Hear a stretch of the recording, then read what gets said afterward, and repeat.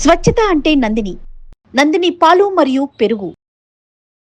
నమస్కారం, మీరు చూస్తున్న సుమన్ టీవీ. నేను మీ కీర్తి.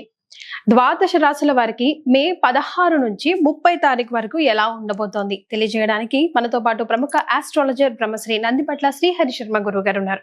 నమస్తే గురుగారు. వాగర్థావివ సంపృక్తౌ వాగర్థ ప్రతిపత్తయే జగతః పితరౌ వందే పార్వతీ పరమేశ్వరౌ. ఆదిత్యాయ చ సోమాయ మంగళాయ బుధాయ చ కురు శుక్ర శనిభ్యశ్చ రాహవే కేతవే నమః.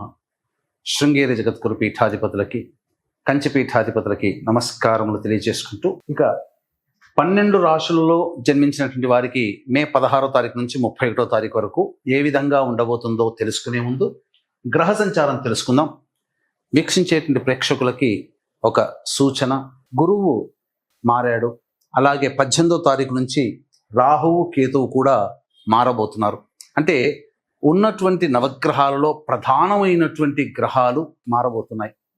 కాబట్టి ఆల్రెడీ ప్రేక్షకుల్లో వివిధ రాశుల్లో జన్మించినటువంటి వారికి చాలా మౌలికమైనటువంటి మార్పులు ఏప్రిల్ నెల నుంచే ప్రారంభమయ్యాయి. కాబట్టి భవిష్యత్తు ఎలా ఉండబోతుంది, ముఖ్యంగా ఈ మే నెలలో 16 నుంచి 31వ తారీఖు వరకు ఎలా ఉండబోతుంది అనేటువంటి విషయాన్ని తెలుసుకునే ముందు గ్రహ సంచారం తెలుసుకుందాం. మేషంలో బుధుడు, అలాగే వృషభంలో రవి, మిథునంలో గురువు, కర్కాటకంలో కుజుడు, అలాగే 18వ తారీఖు నుంచి కేతువు సింహంలో, రాహువు కుంభంలో. ఇక చూసుకున్నట్లయితే వెరసి ప్రధానంగా 3 గ్రహాల కలయిక మీనరాశిలో, శుక్రుడు శని రాహు యొక్క కలయిక. ఇది ప్రధానంగా గమనించదగినటువంటి విషయం. సో ద్వాదశ రాశుల్లో భాగంగా మే 16 నుంచి 31వ తారీఖు వరకు మేష రాశికి ఎలా ఉండబోతుంది గురుగారు? మే 16వ తారీఖు నుంచి 31వ తారీఖు వరకు మేషరాశిలో జన్మించినటువంటి వారికి ఏ విధంగా ఉండబోతుంది? రాశిలోనే బుధుని యొక్క సంచార ప్రభావము. ఈ కారణం చేత ప్రధానంగా బద్ధకం ఎక్కువగా ఉంటుంది ఈ యొక్క మేషరాశిలో జన్మించినటువంటి వారికి. ఈ 15 రోజుల పాటు అనుకున్నటువంటి పనులు పూర్తి కాలేకపోవడము, లేకపోతే ఇతరుల మీద ఆధారపడాల్సినటువంటి ప్రతి సమస్యకి ఇతరుల మీద ఆధారపడాల్సినటువంటి రావడము, మీ స్వయం శక్తి ఎందుకు కొరగాకపోవడము అనేటువంటిది గోచరం అవుతుంది. కాబట్టి జాగ్రత్తలు ఉండాలి. ఇక రవి వృషభ రాశిలోకి సంచారం చేస్తున్నటువంటి కారణం చేత ప్రధానంగా కొంతమేర ధన నష్టం అనేటువంటిది, అలాగే ఉద్యోగ వ్యాపార సంబంధమైనటువంటి విషయాల్లో కొంత భయము కలుగుతుంది. అంటే ఏంటి ఇక్కడ భయము? ఇన్ ద సెన్స్ ఏదో జరగబోతుంది అనేటువంటి ఒక అభిప్రాయము. కుటుంబ సభ్యులతో జాగ్రత్తగా ఉండాల్సినటువంటి పరిస్థితి. ఇక తృతీయ మందు గురువు చాలా మటుకు మేలు చేసేటువంటి అవకాశాలే గోచరమవుతున్నాయి. కాబట్టి ఎక్కువగా భయాందోళన పడాల్సిన అవసరం లేదు. గురువు అనుకూలంగానే ఉన్నాడు. కానీ ఇక్కడ ప్రధానంగా వచ్చిన చిక్కల్లా కూడా ఈ మేషరాశిలో జన్మించినటువంటి వారికి అర్ధాష్టమ కుజుడు మరియు ఏలిన నాటి ప్రభావం ప్రారంభమైంది. ఈ కారణం చేత ఏ పని అనుకున్నప్పటికీ కూడాను పలు రకాల సమస్యలతో ప్రారంభమవుతుంది, సమస్యలతోనే ముగిస్తాయి. కాబట్టి పని పూర్తయినటువంటి ఆనందం కంటే ఎక్కువగా శ్రమ కోర్చి రావాల్సినటువంటి పరిస్థితుల వల్లనే ఇబ్బందికర పరిస్థితులు ఈ మేషరాశిలో జన్మించినటువంటి వారికి గోచరమవుతున్నాయి. ఇక 11వ ఇంట రాహువు, 5వ ఇంట కేతువు. ఈ గ్రహాల మార్పు వలన కొంత ఏ నిర్ణయం తీసుకోవాలన్నా ఎక్కువగా ఆలోచనలు చేయాల్సినటువంటి పరిస్థితి ఈ మేషరాశిలోకి జన్మించినటువంటి వారికి ఉండబోతుంది. కాబట్టి జాగ్రత్తలు పాటించండి. రాహువు 18వ తారీఖు నుంచి అనుకూలమైనటువంటి స్థితిలో ఉంటున్నాడు. కాబట్టి కొంతమేర రాహు వల్ల వచ్చేటువంటి ఇబ్బందుల నుంచి మీరు బయటపడవచ్చు అని మనకు ఈ యొక్క గ్రహ సంచారం రీత్యా తెలియజేయబోతుంది. అయితే ఈ యొక్క రాశిలో జన్మించినటువంటి మహిళలకి ఏ విధంగా ఉండబోతుంది? ప్రధానంగా మహిళలు ఎక్కువగా శ్రమ కోరిస్తే తప్ప పనులు పూర్తి చేసుకోలేనటువంటి పరిస్థితి. కాబట్టి అనుకున్న దానికంటే ఎక్కువగా కష్టపడడానికి మహిళలు ప్రయత్నం చేయండి. ఉద్యోగంగా ఉన్నటువంటి ఉద్యోగినులు, ప్రభుత్వం కావచ్చు, ప్రైవేటు ఉద్యోగినులు కావచ్చు, వారు ఏ రంగంలో ఉన్నటువంటి వారైనప్పటికీ కూడాను జాగ్రత్తలు పాటించాల్సినటువంటి పరిస్థితి. కాబట్టి ఏదైనా కానీ 1-2 సార్లు ఆలోచించి నిర్ణయం తీసుకోవడం చాలా మంచిదనేటువంటి విషయాన్ని ఈ మేషరాశిలో జన్మించినటువంటి మహిళలు గుర్తించాలి. ఇక విద్యార్థులు అతి కష్టం మీద తాము అనుకున్నటువంటి ర్యాంకును పొందగలిగే అవకాశం ఉంది. కాబట్టి ఎక్కువగా శ్రమ పడాలనే మనకు గ్రహ సంచారం తెలియజేస్తుంది. ఇక వివాహానికి సంబంధించినటువంటి ప్రయత్నాలు, వివాహం కాని అమ్మాయిలకి వివాహ సంబంధాలు నిశ్చయమయ్యే అవకాశాలు ఉంటాయి. కాబట్టి ఇబ్బంది పడాల్సిన అవసరం లేదు. అన్ని విధాలుగా ఆనందదాయకంగా ఉంటుంది. ఇక వ్యాపారము వృత్తి రంగంలో ఉన్నటువంటి మహిళలు జాగ్రత్తలు తీసుకోవాలి. అంటే ఏం చేయాలి? ప్రధానంగా నిర్ణయం తీసుకునేటప్పుడు ఇతరుల యొక్క సహాయ సహకారాలు తీసుకోవడము, డబ్బు విషయంలో 1-4 సార్లు ఆలోచించి డబ్బు ఇవ్వడం కానీ డబ్బు తీసుకోవడం కానీ తీసుకోవాలి. ఎందుకంటే మీరు అనుకున్నటువంటి పనులని సకాలంలో పూర్తి చేసుకోలేనటువంటి పరిస్థితి ఈ గ్రహ సంచార ప్రభావంలో కలుగుతుంది. వీక్షించేటువంటి ప్రేక్షకులకి గమనిక, ఈ సంబంధించినటువంటి ఈ నెల 22వ తారీఖు రోజున హనుమత్ జయంతి. మనకు రీసెంట్గానే శని మారడము, అలాగే గురువు మారడం, రాహుకేతులు ప్రధానంగా 4 గ్రహాలు మారినటువంటి కారణం చేత మేషరాశి వారికి అర్ధాష్టమ కుజుడు, అలాగే ఏలినాటి శని ప్రభావం.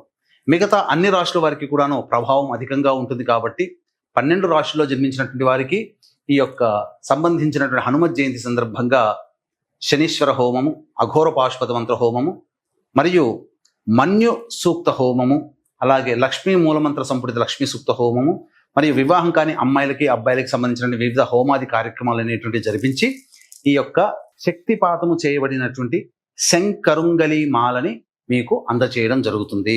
కాబట్టి అవకాశం ఉన్న వాళ్ళు కార్యక్రమ తదనంతరం కాంటాక్ట్ చేసి మీ గోత్రనామాలు నమోదు చేసుకోవచ్చు. అలాగే సరస్వతీ నది పుష్కరాల సందర్భముగా 26వ తారీఖు అమావాస్య సోమవారం కలిసి వచ్చినటువంటి రోజు. ఆ రోజున సరస్వతీ నది తీర ప్రాంతంలో తండ్రి వైపు తల్లి వైపు మరణించినటువంటి వారి ఆత్మతృప్తి కోసం పిండ ప్రదానము మరియు తర్పణాది కార్యక్రమాలు బ్రాహ్మణి కర్తగా పెట్టి చేయించడం జరుగుతుంది. అవకాశం ఉంటే ఈ కార్యక్రమంలో కూడా మీ గోత్రనామాలు నమోదు చేసుకోవచ్చు. ఇక వివరాల్లోకి వెళ్ళినట్లయితే 16వ తారీఖు 17వ తారీఖు రోజున ఈ మేషరాశిలో జన్మించినటువంటి వారికి సంతానం మూలకంగా ఖర్చులు సమస్యలు పెరుగుతాయి. కావున ధన వ్యయం అధికంగా ఉంటుంది. అయితే గురువు యొక్క అనుగ్రహం సంపూర్ణంగా ఉన్నటువంటి కారణం చేత చాలా మటుకు ఖర్చుల విషయంలో కాస్త తగ్గించే అవకాశం ఉంటుంది. కావున కొంతమేర అనుకూలంగా ఉండేటువంటి సమయం. ఇక 18, 19, 20వ తారీఖులో కనుక చూసుకున్నట్లయితే అన్ని విధాలుగా అనుకూలంగా ఉండబోతుంది. ముఖ్యంగా ఉద్యోగంలో ఉన్నటువంటి వారికి చక్కగా నూతన ఉద్యోగ ప్రాప్తి కానీ మార్పు చేసుకోవచ్చు. బదిలీలు జరిగేటువంటి అవకాశం ఉంటుంది. ధనపరమైనటువంటి సమస్యలు తీరుతాయి. 21, 22వ తారీఖులో కూడా అన్ని వృత్తి ఉద్యోగ వ్యాపార రంగంలో ఉన్నటువంటి వారికి ధనపరమైనటువంటి సమస్యలు తీరబోతున్నాయి. అవసరానికి మించిన ఖర్చులు అన్నీ కూడాను సర్దుబాటు చేసుకోగలుగుతారు, ఆనందంగా జీవించగలుగుతారు.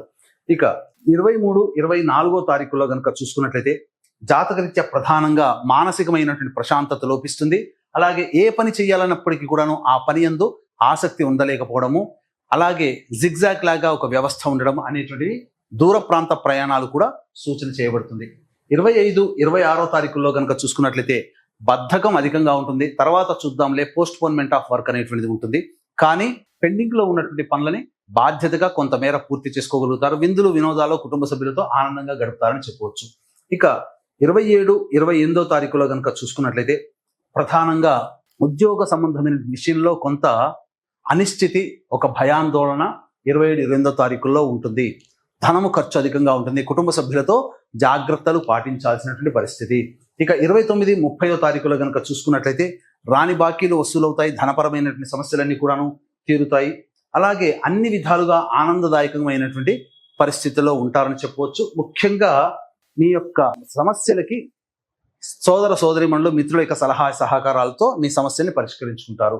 ఇక 31వ తారీఖు రోజున మీ ఆరోగ్యం పట్ల శ్రద్ధ వహించాల్సినటువంటి పరిస్థితి. వాహనాన్ని నడిపేటప్పుడు జాగ్రత్తలు పాటించాలి.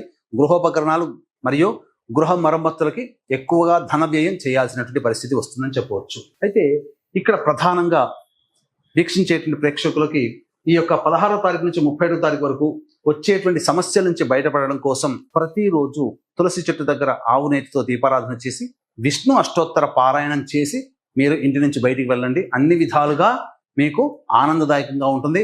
అలాగే హనుమత్ జయంతి రోజున అన్ని రాశుల్లో జన్మించినటువంటి వారికి సర్వదోష నివారణ పూజలు, హోమాలు, అలాగే సరస్వతీ నది పుష్కరాల సందర్భంగా 26వ తారీఖు రోజున సరస్వతీ నది తీర ప్రాంతంలో పిండ ప్రధాన కార్యక్రమం, తర్పణాది కార్యక్రమాలు జరిపి బ్రాహ్మణుని కర్తగా పెట్టి చేయించడం జరుగుతుంది. అవకాశం ఉన్న వాళ్ళు ఈ యొక్క కార్యక్రమం తదనంతరం కాంటాక్ట్ చేసి మీకు పూర్తి వివరాలు నమోదు చేసుకోవచ్చు. చాలా సంతోషం గురుగారు, ధన్యవాదాలు.